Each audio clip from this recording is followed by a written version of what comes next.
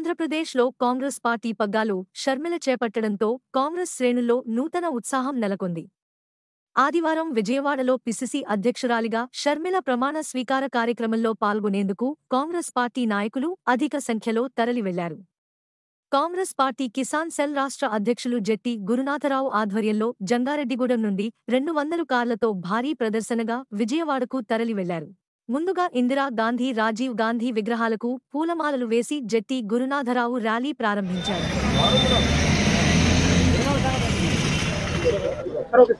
Congress party పూర్వవైభవం మరలా వచ్చింది.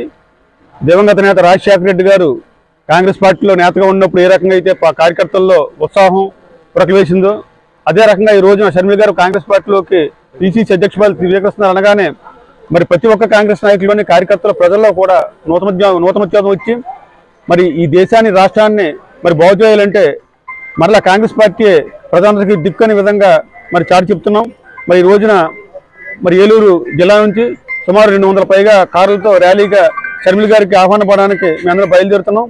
రాబోయే రోజుల్లో కాంగ్రెస్ పార్టీ అధికారంలోకి వస్తుంది. 2024లో కాంగ్రెస్ పార్టీ మళ్ళీ అధికారంలో వస్తున్న దాంట్లో ఎటువంటి సందేహం లేదని చెప్పి తెలియజేస్తాం.